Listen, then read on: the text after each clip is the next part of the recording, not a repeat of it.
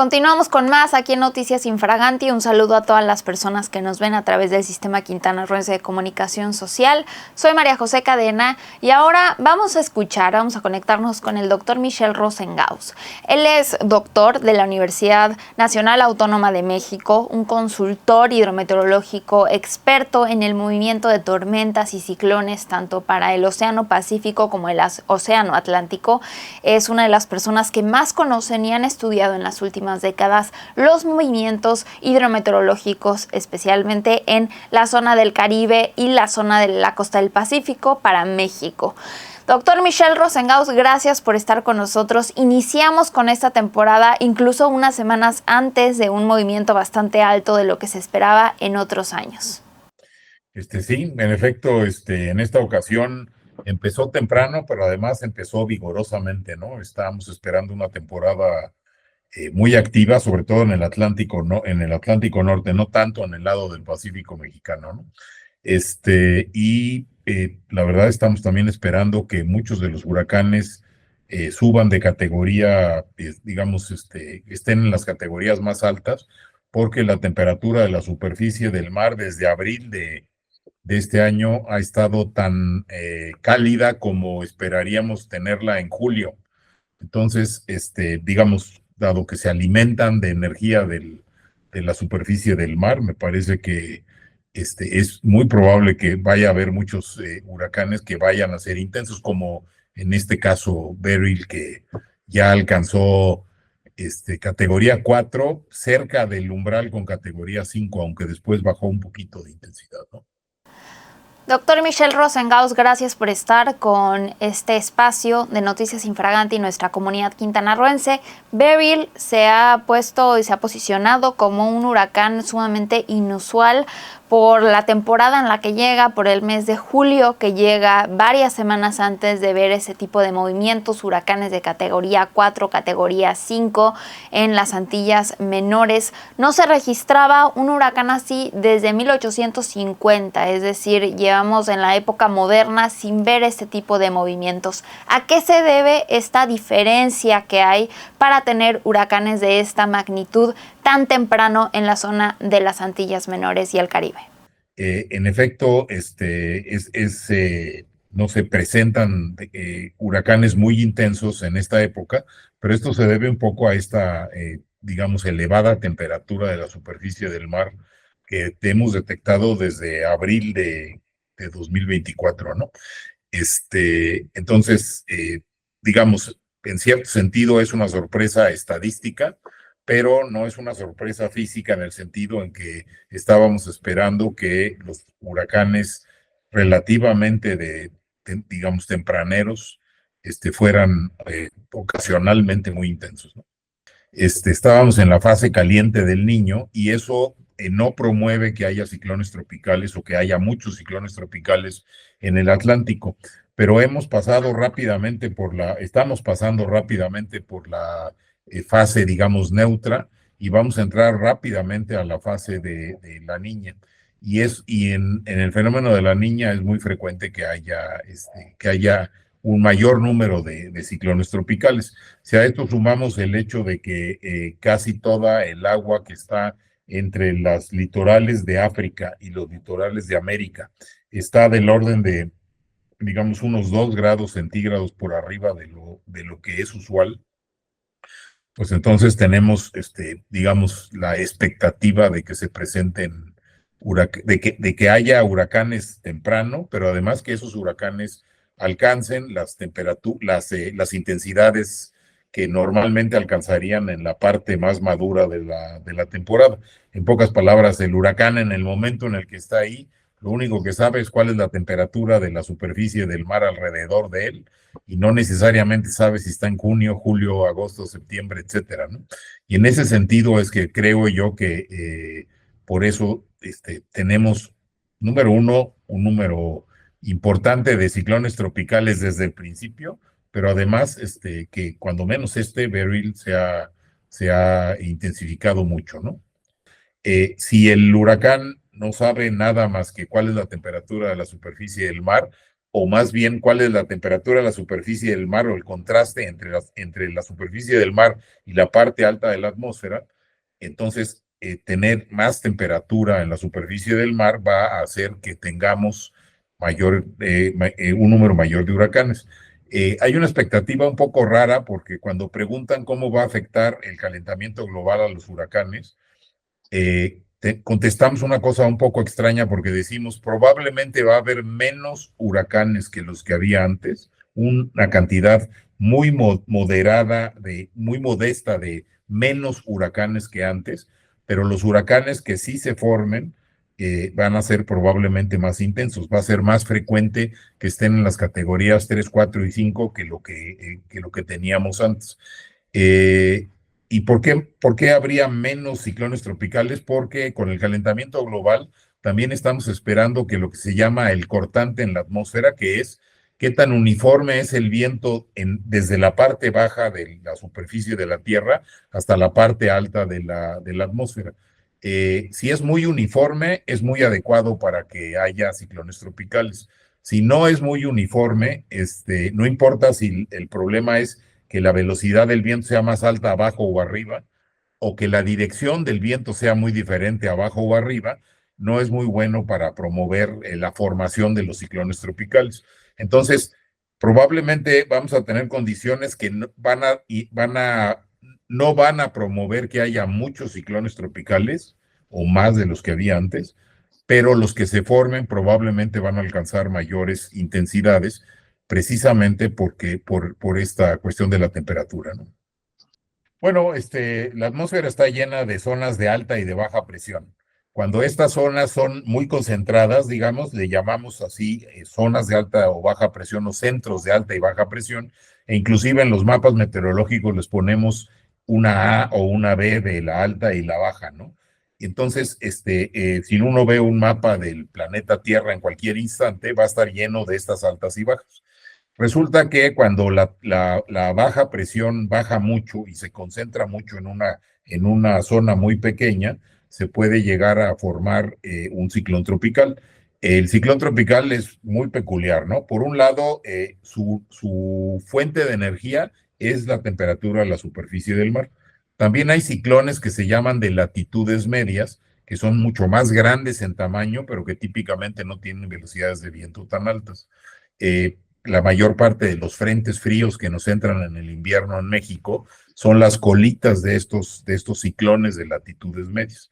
El ciclón tropical, digamos, cualquier zona de baja presión hace que se acerque el aire en la superficie del mar o en la superficie del terreno, se acerque hacia el centro, pero no en forma recta, no es una atracción directa, sino por la rotación de la Tierra, siempre está dando vueltas alrededor del centro de baja presión. Entonces nosotros tenemos una espiral que se va formando por esa baja presión, se va formando hacia el centro y digamos ese viento se va humedeciendo en la superficie del mar y va arrastrando humedad hacia el centro. Después, cuando llega muy cerca del centro, pues ya no tiene a dónde ir, ¿no? Se tiene que ir a algún lado y a dónde se va, sube para arriba. Y cuando sube para arriba, el aire húmedo entra en contacto con una atmósfera más fría y además cambia su presión y se enfría y entonces se produce mayor condensación del agua y toda esta humedad en forma de vapor de agua que está entrando al centro sube para arriba, se condensa, se convierte en gotitas de lluvia y en el proceso de convertirse en gotitas de lluvia le cede calor al aire circundante. Y el aire circundante pesa menos que el aire frío. El aire más caliente pesa menos que el aire frío y entonces tiende a ascender. Y cuando tiende a ascender esta columna de aire, va dejando como un vacío en la parte de abajo cerca del mar y eso aumenta la baja presión. Entonces tenemos una baja presión que produce un flujo que nos trae humedad y produce el movimiento ascendente. Y ese movimiento ascendente también enfatiza que siga bajando la presión. Entonces es como un mecanismo, digamos, autosustentable. Bajo las condiciones correctas, se forma el ciclón tropical débil y después se va intensificando, intensificando, intensificando. A la hora de intensificarse, el ojo del ciclón se va haciendo más pequeño, ¿no? Y entonces, no necesariamente el tamaño total del ciclón, pero el ojo, lo que llamamos el ojo del huracán, se va haciendo más apretado, más pequeño, ¿no? Y pues básicamente eso es un ciclón tropical. Ahora, ¿cuándo se deshace, cuándo se rompe este mecanismo autosustentable? Pues normalmente cuando entra a tierra, porque cuando entra a tierra deja de tener contacto con su fuente de alimentación de energía y entonces se empieza a debilitar muy rápidamente. En el caso específico de México, no solamente cuando entra a tierra, sino cuando se enfrenta a la Sierra Madre Oriental o a la Sierra Madre Occidental, que son sierras muy altas, ¿no? En contra de otros muchos países que tienen sierras de 900 metros de altura o algo así, pues sobre la Sierra Madre Occidental o Oriental hay muchos puntos que están a 3,000 o 2,500 o 3,000 metros de altura. Entonces, bloquean una cantidad gigantesca del flujo normal de la atmósfera porque le tiene que dar la vuelta a las montañas, ¿no? Y eso rompe, digamos, produce mucha fricción y rompe la estructura de los ciclones tropicales. Entonces, y ya en el continente, un ciclón tropical no puede sobrevivir mucho tiempo. Entiendo que hay una enorme cantidad de población en Quintana Roo que ya está haciendo inclusive lo que llaman compras de pánico, ¿no? Ya se están vaciando algunos almacenes, etcétera, etcétera. Me parece lo que eso indica es que aunque tenemos una buena cultura de prevención de huracanes, no es perfecta. ¿Y dónde resulta ser perfectible? Bueno, que todas estas compras que deberíamos hacer, no las deberíamos hacer cuando nos avisan que ya viene Beryl y que en las Antillas tiene categoría 4, sino deberíamos hacerlas al principio de la temporada de ciclones tropicales y tener todo ya preparado, digamos, de tal manera que no sean de pánico las compras, que sean preventivas, pero sin producir problemas de disponibilidad de los productos, ¿no? Y al final de la temporada, si se usaron, se usaron. Y si no se usaron, pues se utilizan en las actividades normales, digamos. El agua, pues nos tomamos el agua, la comida enlatada la usamos, etcétera, etcétera. Y al principio de la siguiente temporada volvemos a adquirir una comida y agua suficiente para poder recibir la noticia de que se acerca un ciclón tropical sin que tengamos que entrar en estas compras de pánico, ¿no? Muchas personas dicen que no podemos caer en pánico, no podemos saber la ruta y la trayectoria específica hoy martes en donde va a llegar el huracán Beryl, pero sí podemos actuar, y es que usar el tiempo a nuestro favor es un hábito que se tiene que hacer en cuestión de protección civil, sobre todo sabiendo que pues las cosas pueden cambiar en un momento muy corto. Tomar estas medidas de precaución. Si nos puede compartir más sobre esto, doctor. Sí, esto me hace recordar también alguna pregunta que muy frecuente me hacían: ¿se pueden destruir los huracanes? Y mi respuesta siempre fue: ¿por qué querríamos destruirlos? ¿No? Porque la gente dice, bueno, porque producen daños, porque son peligrosos, etcétera, etcétera. Sí, pero también producen beneficios muy importantes. Por ejemplo, esta secuencia de ciclones tropicales que llegaron después de una sequía horrenda en México. Por cierto, la península de Yucatán estaba en sequía, pero no condiciones tan graves como otros lugares de México. Entonces, esta secuencia de ciclones tropicales que han entrado apenas es el principio de la temporada, pues está ayudando claramente a romper la sequía y a tener agua suficiente almacenada en las presas para poder pensar que en el futuro, aunque haya sequía, vamos a tener el agua disponible, ¿no?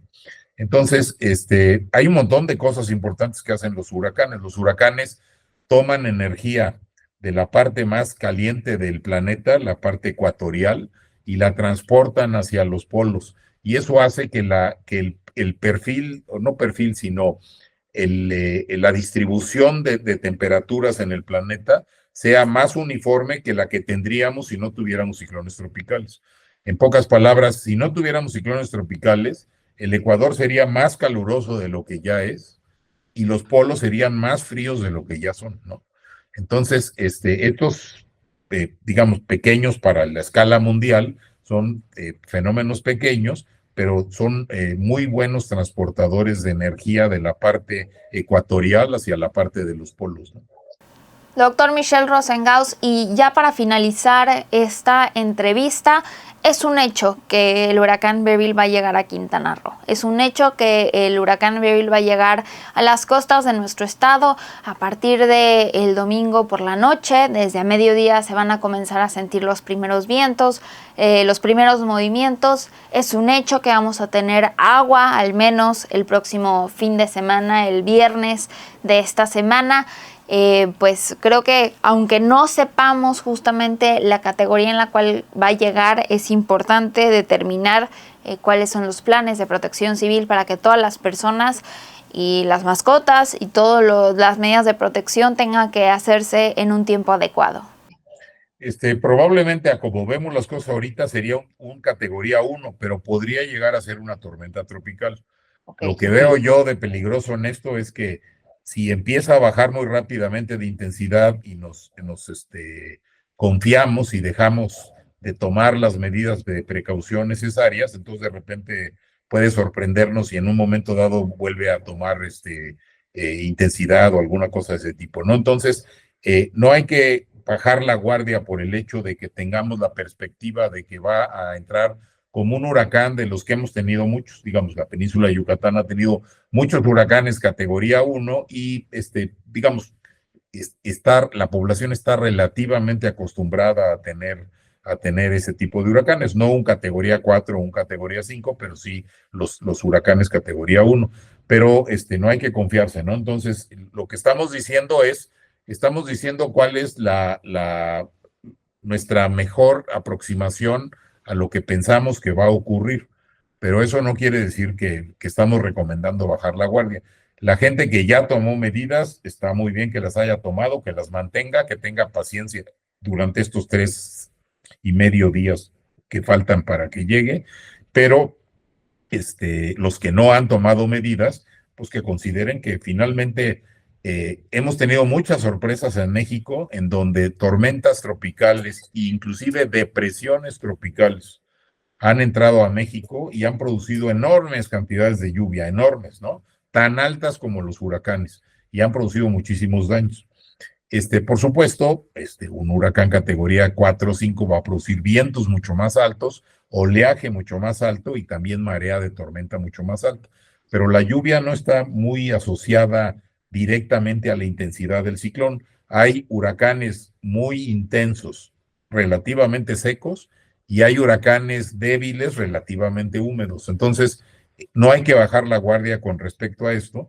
Hay que entender también que la península de Yucatán, probablemente ahorita que salga, faltan unos cuantos días para que salga el mapa de lluvias acumuladas de todo el país durante junio, pero yo casi estoy seguro que va a ser una cosa cerca del récord de precipitación pluvial de junio de la península de Yucatán. O sea, ha llovido muchísimo, ¿no?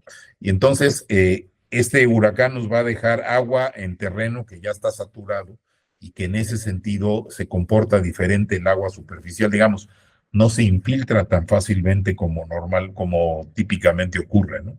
Entonces, a pesar de ser la parte temprana de la temporada, es una parte de la temporada que se está comportando también como si ya estuviéramos en septiembre, como si el terreno ya estuviera saturado y entonces todo escurriera superficialmente o inundara superficialmente, ¿no? Exacto, y hay particularidades de la península de Yucatán que pues, no hemos platicado, pero es peculiar, digamos. Normalmente cuando un ciclón tropical entra en Quintana Roo, por ejemplo, o entra por primera vez a una zona continental, la zona más peligrosa es el lado derecho del huracán, porque del lado derecho está soplando el viento del mar hacia tierra, produce las olas más grandes y produce la marea de tormenta o la inundación de agua de mar más grande. Pero en la península de Yucatán hay una cosa peculiar, que es que también salen de tierra al mar. Digamos, en la zona de Campeche, los huracanes salen al Golfo de México. Y entonces la parte más peligrosa es el lado opuesto, es el lado izquierdo, porque ahí es donde el viento está soplando del mar a tierra y digamos, las recomendaciones estas de receta de cocina no funcionan muy bien ahí. Lo que hay que hacer es, en lugar de tratar de seguir recetas de cocina, hay que tratar de entender cuál es el fenómeno al que nos estamos enfrentando. Entonces, ese tipo de cosas, las autoridades de protección civil locales las conocen muy bien y en ese sentido hay que responder a estas instrucciones o recomendaciones, ¿no? Muchas gracias, doctor Michel Rosengaus, gracias, experto de la Universidad Nacional Autónoma de México, consultor privado hidrometeorológico y realmente un gran colaborador, un gran maestro aquí en nuestra comunidad de Infraganti y en cadena desde hace tantas décadas sobre el tema de los movimientos de huracanes y de tormentas tanto para la zona del Pacífico mexicano como el Atlántico Norte y el Caribe mexicano. Aquí hay que seguir pendientes.